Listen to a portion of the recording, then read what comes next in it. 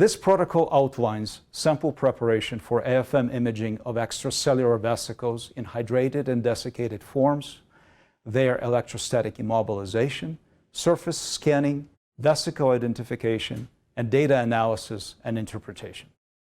The main advantage of this technique is the convenient electrostatic fixation of vesicles on the skin surface and the post-imaging analysis to account for shape distortion caused by immobilization.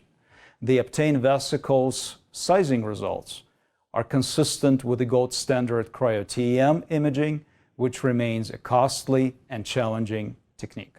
If you're a new AFM user, begin with the characterization of dry samples before proceeding to hydrated samples, because there are numerous additional factors that can impact hydrated sample acquisition. To begin, isolate extracellular vesicles from a biofluid as described in the accompanying text protocol. Next, firmly attach a mica disc to a magnetic stainless steel specimen disc. Cleave the mica disc by using a sharp razor to expose a new layer of material. At room temperature, treat the top surface of mica for 10 seconds with 100 microliters of a 10 millimolar nickel-2 chloride solution. This modifies the surface's charge from negative to positive.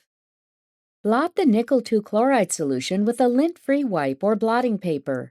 Then wash the mica surface 3 times with deionized water and dry it with a stream of dry nitrogen. Place the AFM specimen disc with the attached surface modified